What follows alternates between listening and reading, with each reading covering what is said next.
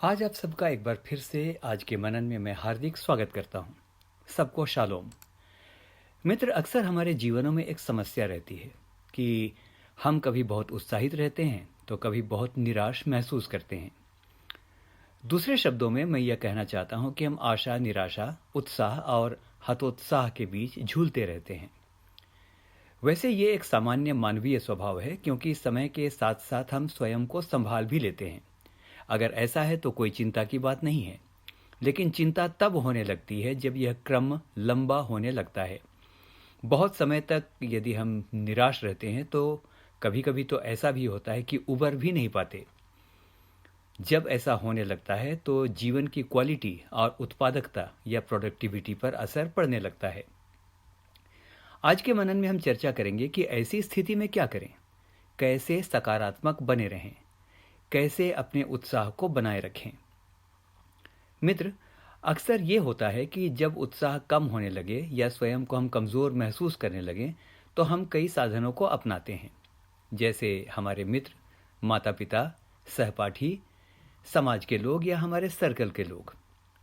कई बार social media का भी सहारा लेते हैं। लेकिन सवाल यह है कि दूसरों के भरोसे कब तक रहा जा सकता है।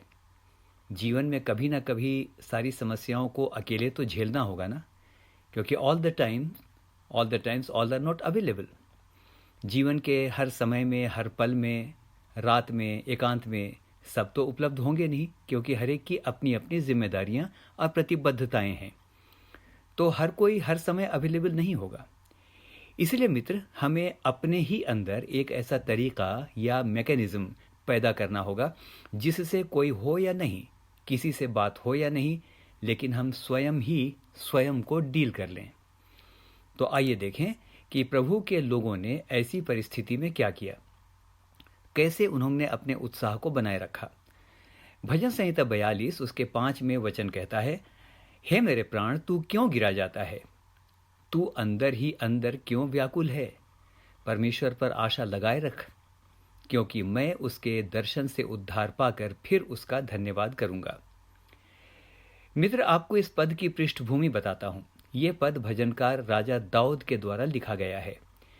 यह भजन उसने तब लिखा जब वो बहुत बड़े संकट में पड़ा। बहुत बड़े संकट में पड़ा और उसकी सेना हार गई थी और उसकी संपत्ति भी लूट ली गई थी। वो बहुत निराशा की स्थिति में था। कोई बात करने वाला नहीं था। वचन बताता है कि उसके अपने लोग भी युद्ध में पराजय के लिए उसे ही दोषी समझ रहे थे और उसे पत्थरवाह करने की चर्चा कर रहे थे। ऐसी स्थिति में उसके पास कोई नहीं था जो सांत्वना देता। He had to face his problems alone. इस हालत में जब कोई बात करने वाला नहीं है या नहीं था, दाऊद ने अपने मन से ही बात करनी शुरू की। उसने खुद से बात करनी शुरू की। भाषा देखिए, वो स्वयं से बात कर रहा है और स्वयं से बात करता हुआ कहता है, हे मेरे प्राण, तू क्यों गिरा जाता है? हे मेरे मन, तू क्यों व्याकुल है? देख, तेरे लिए अच्छा ही होगा। परमेश्वर पर आशा लगाए रख, वही तेरा उद्धार करेगा। So friends, he is talking to himself. मित्र, होता यह है कि संकट के समय हम यहाँ वहाँ भागते हैं और सोचते हैं कि कोई हमारी सुन ले, गिड़गिड़ाते हैं, थोड़ा तो समय दे दो, आप बात नहीं करोगे तो क्या होगा, है ना। कई बार हम लोगों के सामने गिड़गिड़ाते हैं। लेकिन जैसा मैंने शुरू में कहा, क्या सबके लिए हमारे लिए उपलब्ध होना संभव है? वो भी हर समय? शायद नहीं। तो ऐसी स्थिति में कहना चाहता हूँ कि दाऊद वाला तरीका अपनाइए। खुद से बात कीजिए, खुद को समझाइए कि परमेश्वर भला ही करेगा। खुद को सलाह दीजिए, खुद को ही सांत्वना दीजिए। मनोविज्ञान में इसे ऑटो सजेस्टिव मोड कहते हैं। रिपीट करूंगा, it is called auto suggestive mode, जबकि आप अपने आप को ही सलाह देते हैं। मित्र, आप निराशा की स्थिति में एक काम और कर सकते हैं। आप लिखना शुरू कीजिए। टूटा फूटा लिखिए, कोई बात नहीं। डायरी लिखिए, खुद को पत्र लिखिए, खुद को ईमेल कीजिए, खुद को ही पोस्ट कीजिए और उसे पढ़िए। आप कहेंगे, मैं कैसी अजीब बात कर रहा हूँ, ये क्या वचन के अनुसार है? मित्र, ये अजीब बात नहीं है, ये बिल्कुल वचन का तरीका है। जरा सोचिए, राजा दाऊद ने युद्ध के मैदान में या अपने दुख के समय में जब इस बात को लिखा तो क्या वो गीत बनाने के लिए इसे लिख रहा था? नहीं। राजा दाऊद ने भी तो संकट के समय जो लिखा वो डायरी नुमा किसी चीज में लिखा होगा। ये बाद की बात है कि उसके लेखन ने बाद में भजन का रूप ले लिया। तो मित्र, ऑटो सजेस्टिव मोड से हम कई बार निराशा से बाहर आ सकते हैं। आपको पता है, इन दिनों मैं स्वास्थ्य संबंधी समस्याओं से जूझता रहा हूँ। ड्राइव करते समय, घर में अकेले या मन ही मन, इन दिनों मैंने बहुत काम किया है। यानी ये काम मैंने बहुत किया है। जीवन में जितने भी गीत लिखे, वे गीत मैंने लिखने के लिए नहीं लिखे, लेकिन स्वयं को सांत्वना देने के लिए, प्रभु की स्तुति करने के लिए लिखे, जो आज ना जाने कितने लोगों के लिए आशीष का कारण बन गए हैं। So write to yourself, talk to yourself and speak to yourself. अपने आप को सांत्वना दीजिए, तू चिंता मत कर, क्योंकि प्रभु तेरे लिए सब कुछ पूरा करेगा। जैसा दाऊद कहता है, मेरा यहोवा मेरे लिए सब कुछ पूरा करेगा। एक दो बातें नहीं, सब कुछ। दूसरी बात आपको बताना चाहता हूं, यदि आप हमेशा उत्साह में बने रहना चाहते हैं तो एक काम बहुत ज़रूरी है, और वो ये है कि आपके पास कोई ना कोई लक्ष्य हो, कुछ ना कुछ करने के लिए हो, कुछ ऐसी वैल्यूज़ हों जिनके लिए आप जी सकें या जिनके लिए जिया जा सके। जीवन में निर्धारित लक्ष्य ही हैं जो आपको मोटिवेटेड रखते हैं। आइए राजा दाऊद के जीवन को एक बार फिर से देखते हैं। क्यों वो हमेशा आनंद से भरा रहा? क्यों वो कहता है कि मेरा कटोरा उमड़ रहा है? वाई ही सेज दैट यहोवा ही मेरे आनंद का विषय है, और वो आनंद से छलछलाता है। वाई? क्योंकि उसके पास जीवन का लक्ष्य था।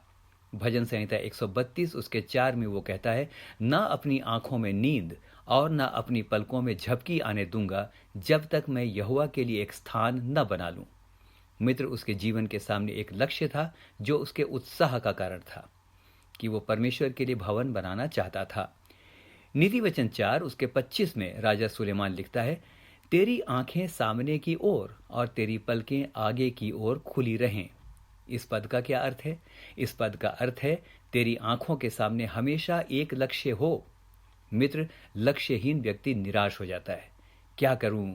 अब किसके लिए जीऊं? Life has no meaning. अब मेरे प्रियो, क्योंकि कोई टारगेट नहीं होता, धीरे धीरे वो अवसाद या डिप्रेशन का शिकार हो जाता है। आपका लक्ष्य होना चाहिए, इतने दिनों में पूरा वचन पढ़ लूंगा, इतने समय में अपना कार्य पूरा कर लूंगा, इत्यादि। मित्र, आप डीमोटिवेटेड नहीं रहेंगे। अंतिम बात और तीसरी बात, निराशा से बचने के लिए एक और बात ध्यान में रखिए। हमेशा निराशावादी, शिकायत करने वाले, कुड़कुड़ाने वाले, कड़वाहट रखने वाले, बुराई करने वाले और शक्की लोगों से दूर रहिए। याद रखिए, आप उनका भला तो नहीं कर पाएंगे, लेकिन वे घसीट कर आपको निराशा और नकारात्मकता के गर्त में डुबा देंगे। अच्छे लोगों की संगति रखिए। अगर अच्छी संगति नहीं मिलती है तो अकेले ही रहिए, अपनी संगति कीजिए। Talk to yourself and go to the self or auto suggestive mode. भजन संहिता 1 में एक अत्यंत प्रसन्न व्यक्ति की परिभाषा इस प्रकार से दी गई है। ये व्यक्ति कभी भी फ्रस्ट्रेटेड नहीं होता। देखिए क्या उस व्यक्ति के बारे में लिखा है, वो दुष्टों की संगति में नहीं बैठता और न पापियों के मार्ग में खड़ा होता है, लेकिन वो तो दिन रात, ये नहीं कि दिन को कुछ सोचे रात को कुछ सोचे, नो, वो तो दिन रात परमेश्वर की व्यवस्था से प्रसन्न रहता और उसी पर ध्यान करता रहता है। वाह मित्र, जो दिन रात भली बातों पर ध्यान दे, दिन रात जो भली बातों को सोचे और परमेश्वर का ध्यान करे। अगर कोई ना मिले तो खुद से बात करे और वो कहे मैं कभी अकेला नहीं हूँ, क्या वो कभी निराश हो सकता है? मैं समझता हूँ कदापि नहीं। आप में से हर एक को परमेश्वर बहुतायत के साथ आशीष दे। आमीन और फिर से आमीन।